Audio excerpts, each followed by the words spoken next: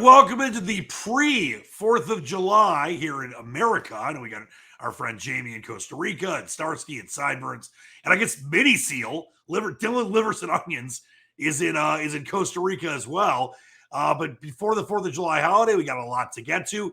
And let's bring in the champ of the Westgate, the great Sealy McNeely. How you doing, buddy? Well, I'm doing great. Great. I know you told me you're really sour today, but I guess that's every day that ends in a Y, right?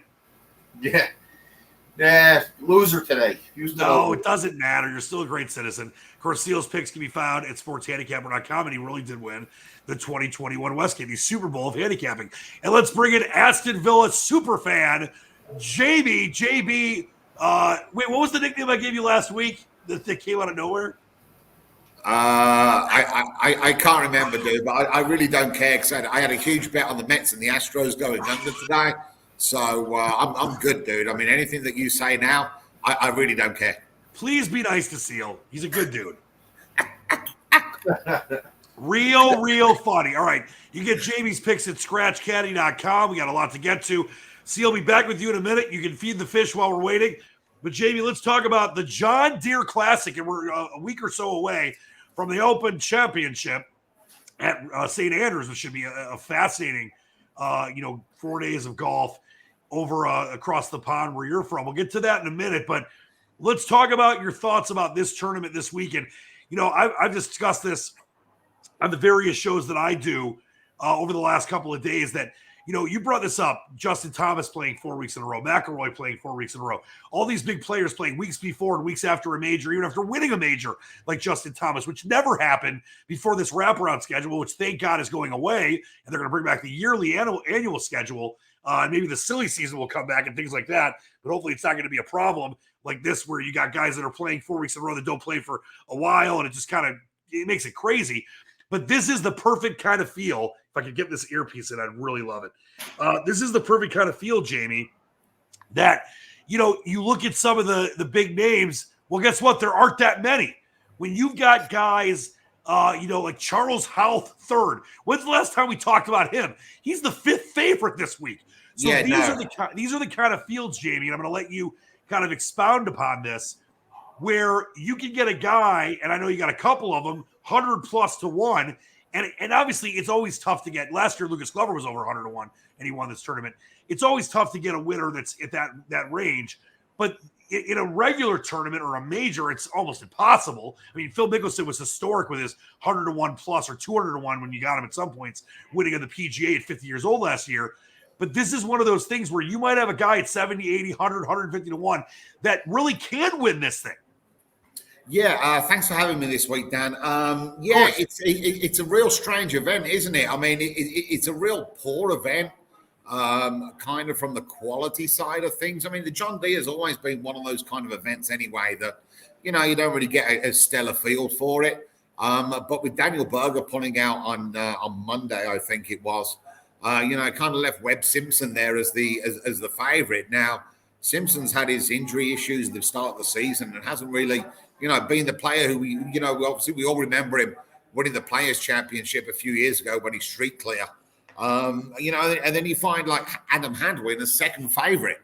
So it's kind of one of those events where it's like, you're going to find a lot of people who are towards the head of the betting that aren't used to being there. And does that bring, if we see it, they definitely see it. Does that bring added expectation onto them? It's kind of one of those things on one of these events where it is it's basically a second tier event, although it doesn't have that status. Jamie, not to stop you, we don't have many of those. Like I mentioned, with this wraparound schedule the last few years, we don't really have a lot of second tier events unless there's 2 events 1 week. Yeah, no, I mean, they're doing it next week, I think, with the Barbasol, isn't they? Because I think there's a joint venture with the Scottish Open next week. Right. And of course, with the players that have gone over to the Live Series, that's playing this week. So, I mean, that field over there is it's chalk and cheese compared. It's complete role reversal, isn't it? But yeah, I mean, we're at the John Deere Classic, based in Illinois. Been on the schedule for a long time. Low scoring event, bentgrass greens, par 71. Again, it was always usually the precursor to the British Open, and players would jump on the plane and go directly over to the British Open from here. But yeah, so 3-4 players that we got this week. The first player who I looked at, who incredibly to me, I really can't believe I'm actually betting him, is James Hahn. This guy could miss the cut by 10, or he could win the whole event by 10. It's either going to be feast or famine with him. But if you kind of look at his numbers, you know what? It's going to be on a low-scoring track with bentgrass greens, fifth, ninth in previous low-scoring events on bentgrass greens. Add to that as well, I think he had a 10th in Arizona at the Waste Management, which has bentgrass overseed in them. So, but I mean, look at his numbers last week. Missed the cut by 9 shots last week. He's never played here before, so at least he's got no scar tissue, which James Harden's got basically scar tissue on every single course in America, I believe. So, James Harden will be the one. Again, it's not big stakes. He's a big price there. You can get about 70, 80 to 1 on James Harden. Just low stakes. But, if Hahn's going to do it, this is going to be one of the courses that kind of should fit. Martin Laird, another guy, he's won the Shriners a couple of times. Again, low-scoring event, par 71, bentgrass greens. Came 13th last week at the Travelers. Got some decent form here. He's played here twice the last 2 years. Made the cut both times. But my main pick this week was Adam Schenk. 4th and 6th here last 2 years. 9 low-scoring events on bentgrass greens. He's only had 1 missed cut. So I think hopefully we should at least be able to get him to make the frame for the weekend. And again, when you are in one of these events where, you know what, you may have players around the top of the leaderboard on Sunday, anything can happen. I think I mentioned last week on the show that if I was going to have any bets the weekend, I think it would be betting against Rory McIlroy for the 3rd round and the 4th round. Right. I think he shot over par for both of them, or at least he shot about level par, I think, on Sunday. I know he was over par on Saturday.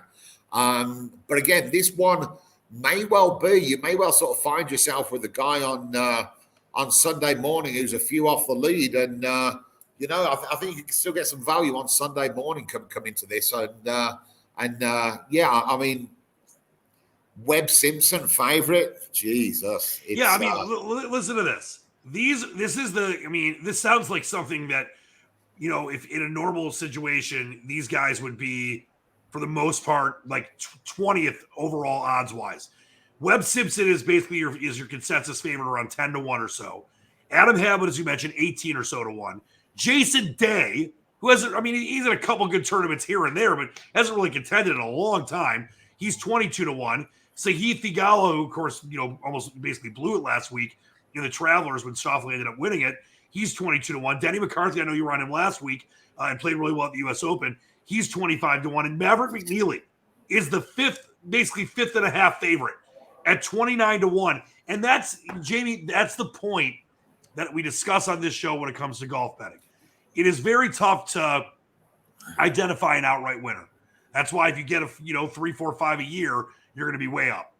But in this kind of a tournament, when you've got Webb Simpson, who is capable of winning, of course, he probably should be the favorite. But you got guys like that. You got Webb Simpson. You got Jason Day, McCarthy at the top of the odds list. I like betting against the top guys anyway, especially in majors, because they rarely win. It's normally someone on the 5th, 6th, and 10th, 15th, 20th line, which is obviously where Matthew Fitzpatrick was in the U.S. Open, and Schauffele was too. Schauffele was 20 to 1 last week to win the Travelers. This is where, as you mentioned, James Hahn.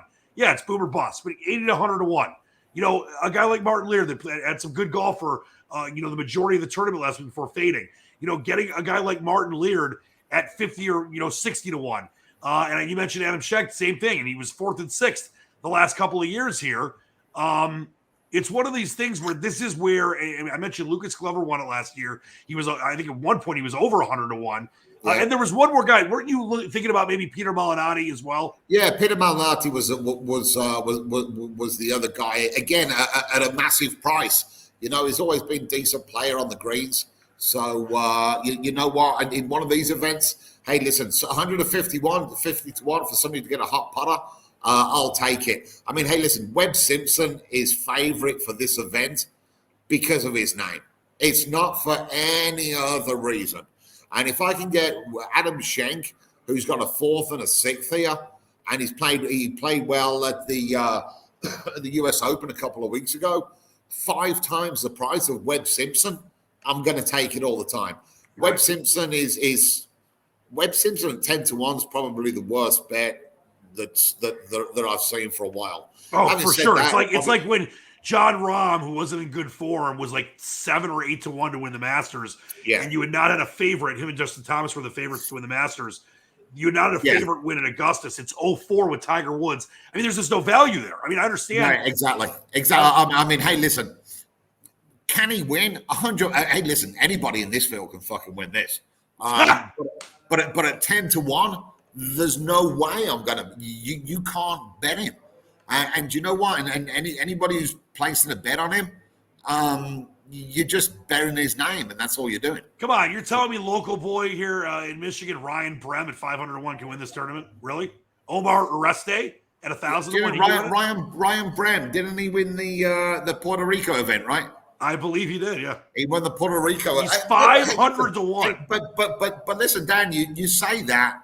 I mean, okay, right, Ryan Brem. No, I guarantee you, half of the people listening to this show have never heard of him. Probably. But you know what? He won an event in Puerto Rico. Probably a field that's stronger than this. Yeah. And he won by 6 shots. Yeah. You know, should he win? Hey, no. But you know what? It wouldn't surprise me. He's already won on tour this year. Okay, but Richard S. Johnson, I don't even know who that is. Richard S. Johnson at 1,001. He's not winning. Yeah, Richard. Yeah, I think he was.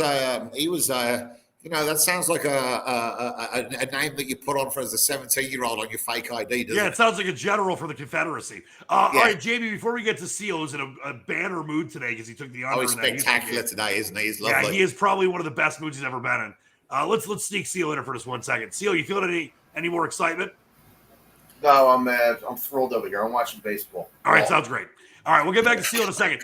But as we inch up here to the Open Championship at the most historic course of all historic courses, St. Andrews. I just had a couple friends, by the way, that went over and played it earlier this year and just ate up every minute of it. What's the process for you as we get ready for your picks for the Open Championship? When can people expect to have them? And kind of what are you going to be looking for when you look at Royal St. Andrews as this just incredible historic course that's used every, 4 or 5 years in the rotation for the Open Championship? How much of the past history and course form is going to be involved in that when you make your selections? Yeah, I mean, to be honest with you, I mean, ever since, dude, I've been over in Costa Rica now for, 22 years or so. Obviously, when I was working in the betting shops over in England, the British Open was a huge event. I haven't really, with the time difference, it's real tough for us to kind of watch it over here. Okay, you sort of get the leaders over the weekend, but you can't get the same. It's not the same being over there. So I mean, I'll have to look into the British Open, check out. I mean, the one thing I'll tell you about the British Open, wasn't it? I mean, obviously Tigers won there. Did Daly win there? In where? Huh? Daly win where? Did Daly win at St. Andrews? I thought he won at Troon. I could be wrong. I don't know, but I mean, the only thing I've heard about St. Andrews lately, to be honest with you, and this is, it's so bad on my part, but I'm so now sort of immersed into like the American side of things as opposed to the European and the British side of things nowadays. Yeah, by the way, you're right. He did win this. He won at St. Andrews in 91. Okay, so you got Daly and Woods. Well, all that is guys who can hit the ball, right? I mean, obviously Woods is way more than just hitting the ball a long way. But you're going to have to be looking at distance off the tee for there. I mean, everybody who's been talking about is the state of the game nowadays. Are these guys going to be able to overpower St. Andrews? And you know what? If he gets firm and fast there, I mean, these guys could be, they may be struggling to stop the ball on these par fives from the tee. Yep, it definitely could. Great stuff as always. Once again, Pierre Malnati, Martin Laird, James Hahn, and Adam Shankin, and maybe a small play on Richard S. Johnson. I'm kidding. Jamie, we'll get back with you in a minute. Great stuff as always. Checking stuff out at ScratchCaddy.com. And here he is, the man of the hour, the proprietor of SportsHandicapper.com, one of the best in the business, even when he's not in a great mood, the winner of the 2021 Westgate, the talk of Vegas, the talk of the country, the king of baseball, the self-proclaimed king of the Mid-American Conference, self-proclaimed and actual, and also a great NBA guy and a great friend and father and family man. Seal, how we do it on this brilliant Wednesday as we record getting ready for the weekend? Bad Wednesday.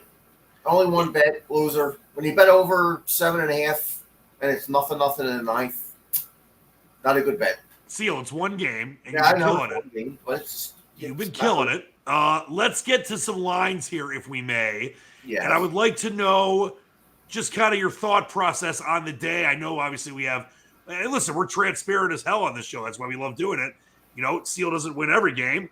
And, you know, we did lose an under earlier today. But let's talk about what's coming up later today, plays that you made, plays that you thought about making, and kind of where we're at as we get closer and closer to the All-Star break when it comes to baseball. When is the All-Star break? In about a week or so. Oh, good. We need a few days off. Actually, wait, is it maybe I'm, hold on, I just want to double check here. I think 2 weeks. Yeah, it's 2. So the All-Star break will be the hold on a second. Yeah, I'm looking at the wrong thing here. Yeah, it's the 18th. The All-Star game's on the 9th. Wait, is it on the 19th? It's that late? Yeah, it's on the 19th this year. I knew I was off. It's on the 19th because of the late start. Oh, that's right. Right. Yeah, usually it's the 11th or 12th. Yep, so we got a few, almost 3 weeks away. 3 weeks. Good. We got 3 good weeks left. Both. All right, so what are we thinking about for today's card? I mean, there are a bunch of games today. Yeah, there is not a lot of games left. Well, a lot of day games today. I didn't bet anything for the night card. Nothing. Was there anything you were kind of looking at that maybe was a possible lean for you? Possibility Colorado over 11, but he did not bet it. Yeah, right now we're seeing that at 11.5, and I mean, you got Urias and Marquez on the mound. I wanted to ask you about this. So, I meant to ask you last night, was there any kind of steam late on Colorado? Because it seemed like that was a good spot for Kershaw. Gives up 4 runs in the first 2 innings.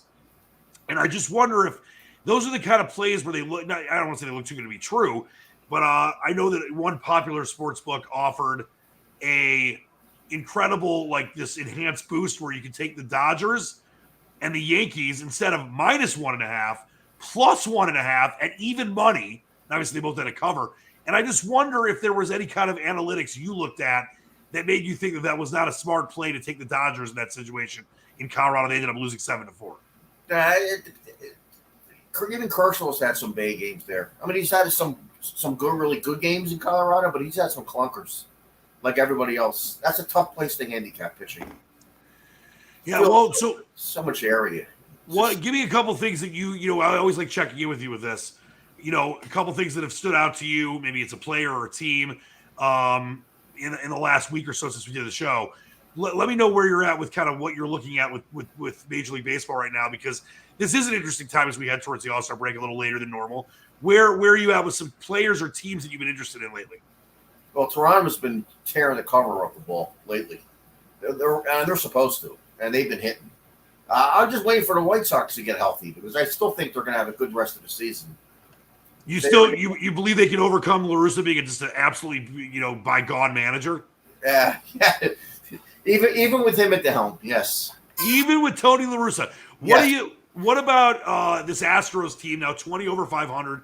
They're 7-3 in their last 10. They got a Cy Young favorite right now in Justin Verlander, and they're getting healthier. They scored 320 runs. They have one of the better run differentials in baseball, plus 72. It just seems like the last several years, every single year, Houston is definitely capable of being a World Series champion. Well, they're getting great starting pitching, and their bullpen's been lights out. So, I mean, it's a lethal combination. Their offense is not as good as it's been in the past, but their starting pitching and bullpen are off the charts. And conversely, I want to look at the NL East here for a minute. I mean, you look at the division. The Mets are up 3.5 on the Braves. The Phillies are, 7.5 back from the Mets. this division, is it going to become attrition? Because for so long, everyone's like, all right, the Mets are clearly the best team. They've lost 3 in a row. They're 4-6 in their last 10. They're giving up a lot of runs and not actually producing and manufacturing a lot of runs. The Braves have been very inconsistent, but they have won 6 in their last 10. Phillies 5-5 in their last 10, and they're falling behind the Mets right now. It just seems like the East, could it be that, attrition ends up winning this thing? Well, the Mets figure to get better because Scherzer and DeGrom are coming back relatively shortly. Scherzer's coming back, I believe, July 4th. And DeGrom will be probably a couple weeks behind him. They're going to get better. Atlanta, I mean, they've been playing without Albies. He's out for another 6 weeks. He's a big player for them. And Acuna's been out. So when they get healthy, they might get some pitching help too. Soroka might come back after the 2 Achilles injuries he's had over the last couple of years. Atlanta will be right there with him, believe me. It's Atlanta and the Mets. The Phillies, with losing Harper for 6 to 8 weeks, is going to kill them. Oh, yeah, for sure. And one more team I wanted to check in with you on. I know we've lost 3 in a row, but this is a team that I had a 20-1 futures on, even without Tatis Jr., who should be back shortly. The Padres, they're just a game and a half back because the Dodgers have lost a couple in a row. They're 45-31. They've scored 353 runs. They got a plus 63 run differential. I'm still buying them as a chance.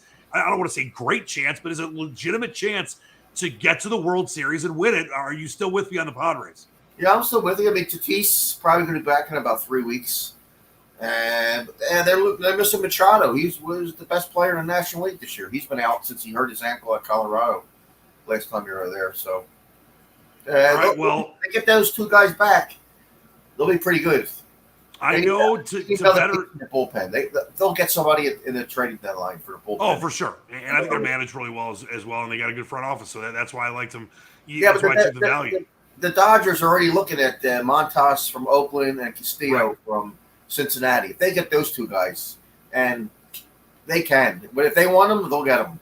If they get those 2 guys, watch out. Watch out. Well, watch out for you. I know it's the sour kind of day, but it happens every once in a while. You're allowed to have them. Steel's been on fire. Check out his picks at sportshandicapper.com. Before we get out of here, don't forget Jamie's, of course, at scratchcaddy.com. We got a big John Deere Classic odds board with a wide swath of possibilities. Before we get out of here, I'm going to try to find the picture here. I want to throw it up. Before the show, Jamie, we talked about, maybe you coming to the Cucumber Suck-Off here in Motown. Is there any chance that we could maybe get Seal to come? To be honest with you, all of my attention is going to be firmly focused on fucking up Mini Seal down in Costa Rica this weekend. I know. I wish I was coming. But if you guys change your mind and you want to take a quick flight, it's the What Dat Mouth Do Cucumber Suck-Off contest. How far can you go before you choke? No phones, by the way. $100 and up cash prize. It all happens this Friday. Winner takes all at the State Fair Lounge right here on Hoover Street in Detroit. Sounds by DJ Lou Boogie. It's hosted by Big Chicken. Free parking. Birthdays free entry plus a booth. I mean, who doesn't want this? Sounds like a total event that would be perfect for Mini Seal. Sure, I'll tell you exactly what that sounds like, Dan. There was a place down here, and I mean, anybody who was down in Costa Rica sort of 20 years ago, back in the good old days, will definitely remember the Park Hotel. And the Park Hotel downtown San Jose was a knock on a door on a Saturday night, and it was gringos only. And they gave you a bottle of oil when you walked in with, and it was all of these girls dancing on the bar.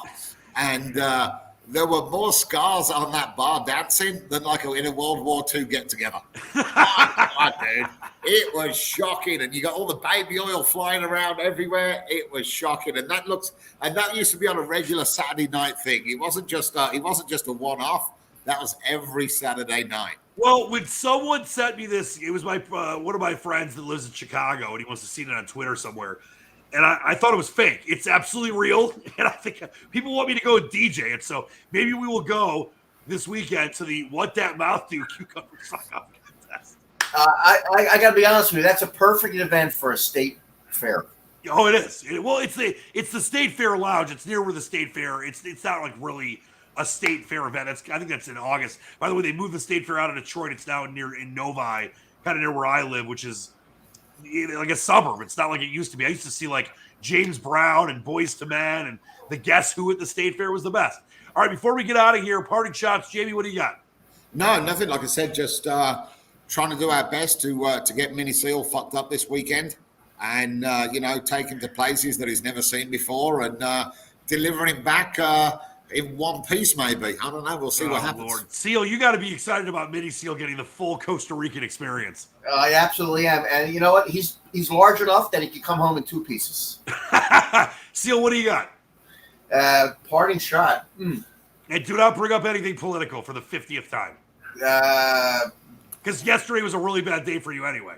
Condolences out to the 51 poor souls that got murdered in that truck. Oh, how bad was that? Just terrible. Terrible. Just absolutely. I mean, listen, people, I'm glad you brought that up because I don't want to get too sad here at the end of the show. Let me just say this. We're so lucky, and you guys know this. You know how much I love you on a personal level as well. We're so lucky to be able to do this show and help people win some cash and have fun and make fun of each other and all that kind of stuff.